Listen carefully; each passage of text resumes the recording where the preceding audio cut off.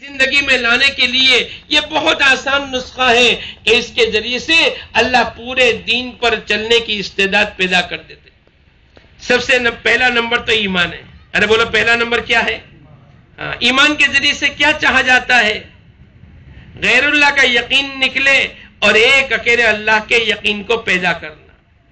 کتنی بڑی بات ہے کہ غیر اللہ سے غیر جتنے بھی ہے، دوائیوں سے ہوتا ہے، چیزوں سے ہوتا ہے، اسباب سے ہوتا ہے، مال سے ہوتا ہے، بیٹے سے ہوتا ہے، باپ سے ہوتا ہے، فلاں چیز سے ہوتا ہے، ان تمام کا یقین نکال کر ایک اکیلے اللہ کے یقین کو پیدا کرنا. اور دوسرا، حضور اقدس صلی اللہ علیہ وسلم کی سنتوں کے اندر دنیا اور آخرت کی کامیابی کا یقین، اور اللہ کے نبی کے طریقے سے ہٹ کر دنیا کے اندر جتنے رواجی طریقے ہیں ان تمام کے اندر ناکامی کے یقین کو پیدا کرنا. کیسے آئے گا؟ ارے اتنی بڑی بات ہے کہ غیر اللہ کا یقین نکالنا اور ایک اکیلا اللہ سے ہونے کے یقین کو پیدا کرنا. فرماتے ہیں کہ جس چیز کا علم حاصل کر لیا اس کے مطابق عمل کرنے کا نام اس وقت کا ذکر ہے. ایک آدمی تاجر ہے، اب اس نے پوری تجارت کا علم سیکھا، اس کے مطابق اس نے عمل کر لیا ہے تو تجارت کے اندر، لیکن اس کی تجارت کا کرنا یہ اللہ کے ذکر میں داخل ہے. کیسے آئے گا؟ اس کے لیے وہی تین باتیں. ایک تو دعوت دینا، عملاً اپنی زندگی کے اندر اس کو داخل کرنا، اور تیسرا اللہ کے سامنے حقیقت کی دعا مانگنا. ایسے چوتھا نمبر اکرام مسلم، ایسے پانچواں نمبر اخلاص نیت، اور ایسے دوستو بزرگوں چھٹا نمبر تفریغ وقت. ہمارا ہر عمل ان 6 نمبر کے دائرے میں ہوگا.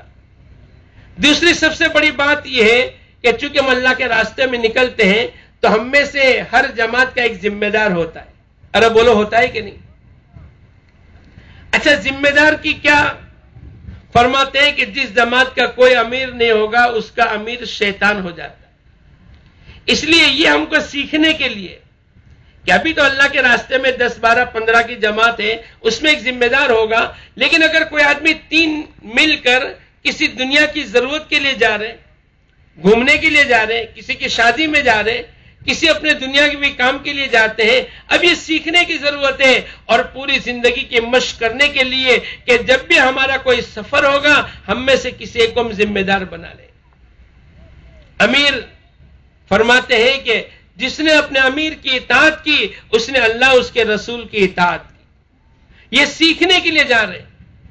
بھئی یہ 10 12 15 کا مجمع ہوگا اور یہ اپنے امیر کی اطاعت کرے گا. بعض مرتبہ ایسا ہوگا جیسے اس وقت کے اندر ہم تمام کو تھکن ہے، ہم تمام کو نیند غالب ہے، لیکن چونکہ مشورے سے ایک بات ہو گئی، اب آپ ماشاءاللہ جمع ہیں. اس کی برکت کیا ہوگی کہ جس نے اپنے ذمہ داروں کی بات کو مانا، اس کی برکت سے اللہ اس کے رسول کی اطاعت کا کرنا آسان ہو جائے گا. ارے صبح کے وقت کے اندر نیند آتی ہے، آدمی کا بیدار ہونا مشکل ہے، لیکن کیوں کھڑا ہو جاتا ہے؟ الصلاۃ خیر من النوم، کہ نیند نماز نیند سے بہتر ہے. اس لفظ کی بنیاد کے اوپر آدمی اپنی قربانی دے دیتا ہے. تو دوپہر کی تعلیم کا وقت طے ہوا 3:30 سے 5. اب طبیعت نہیں چلتی، لیکن مشورے سے امیر صاحب نے طے کر لیا. اب کیا کرنا چاہیے؟ بھائی امیر کی اطاعت کرنا ضروری ہے. جس نے اپنے امیر کی اطاعت کی اس کو اللہ اس کے رسول کی اطاعت کی توفیق ملے. تو نیت کرو انشاءاللہ پوری زندگی امیر کی اطاعت کریں گے. حدیث کے اندر آتا ہے امیر اگر چھوٹا ہو، کالا ہو، کیسا ہی امیر کیوں نہ ہو، لیکن اس کی اطاعت ضروری ہے. اور امیر کی اطاعت میں نفع ہی نفع. بعض مرتبہ ہمارا ذہن قبول نہیں کرتا ہے. ایک جماعت اللہ کے راستے میں جا رہی تھی، مثلا یہاں سے احمد آباد. اب پوری جماعت کے ساتھ امیر صاحب پہنچے اسٹیشن پر. پہلی گاڑی آئی جو تیز گاڑی تھی اور جس کے اندر جگہ بھی تھی.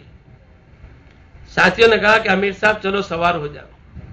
امیر صاحب نے کہا کہ نہیں، اس کے پیچھے کی جو گاڑی آ رہی ہے اس پر سوار ہوں گے. مشورے سے ایک بات طے ہو گئی. بعض مرتبہ ساتھیوں کا ذہن قبول نہیں کرتا امیر کے فیصلے کو. بھائی امیر صاحب خالی جگہ ہے، تیز گاڑی ہے، میرے سمجھ میں نہیں آ رہا ہے، اس کے بعد کی گاڑی جو آدھا گھنٹے کے بعد آئے گی اس میں جائیں گے. اچھا اس کے پیچھے جو گاڑی آئی جو تیز نہیں تھی بلکہ سلو تھی، اور اس کے اندر جگہ بھی نہیں تھی. امیر صاحب نے کہا چلو بیٹھ جاؤ. اب ساتھی کی سمجھ میں نہیں آیا تو ساتھی بیٹھ تو گئے، لیکن کیا کرتے ہوں گے بولو؟ یار امیر صاحب بھی کھڑے ہیں. ارے بولے ایسا ہوتا ہے کبھی؟ امیر صاحب کو بھی سمجھ نہیں پڑتی. پہلی گاڑی تیز تھی، خالی تھی، جس کے اندر نہیں بیٹھے، اور یہ دوسری گاڑی جس کے اندر سلو بھی ہے اور جگہ بھی نہیں ہے. اب امیر صاحب کہہ رہے بیٹھ جاؤ. ماننا تو پڑے گا، لیکن یار ایسے امیر کے ساتھ تو نکلنا نہیں چاہیے. ارے بولو کبھی ایسا ہوتا ہے کہ شیطان یہاں پچھاڑتا ہے.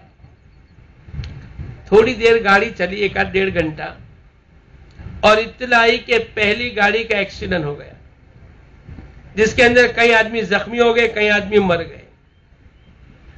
اب سب امیر صاحب کے پاس آئے، امیر صاحب کی پیشانی کو بوسہ دینے لگے، امیر صاحب کا ہاتھ چومنے لگے. ارے بھائی کیا ہو گیا؟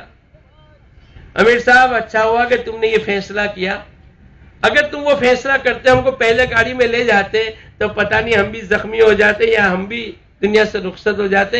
اللہ تم کو جزائے خیر دے، اللہ تمہاری فراست کو اور بڑھاوے. اب ساتھی دعائیں دیتے چلے جا رہے ہیں. امیر صاحب کہنے لگے بھائی یہ تو میری کوئی بات نہیں ہے، امیر کے دل میں بات تو اللہ ڈالتے ہیں. ارے بولو کون ڈالتے ہیں؟ تو بعض مرتبہ ایسا ہوتا ہے کہ فیصلہ ہماری عقل کے خلاف ہوتا ہے، لیکن اگر آدمی مان لیتا ہے تو اس کے اندر اللہ اس کی حفاظت کر لیتا ہے.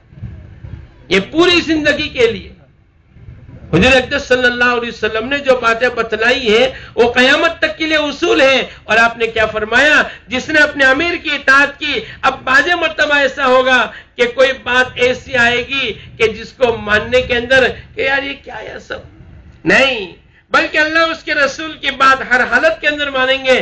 صحابہ کرام نے بیعت کی، اللہ کے نبی کے ہاتھ کے اوپر ہم اطاعت کریں گے.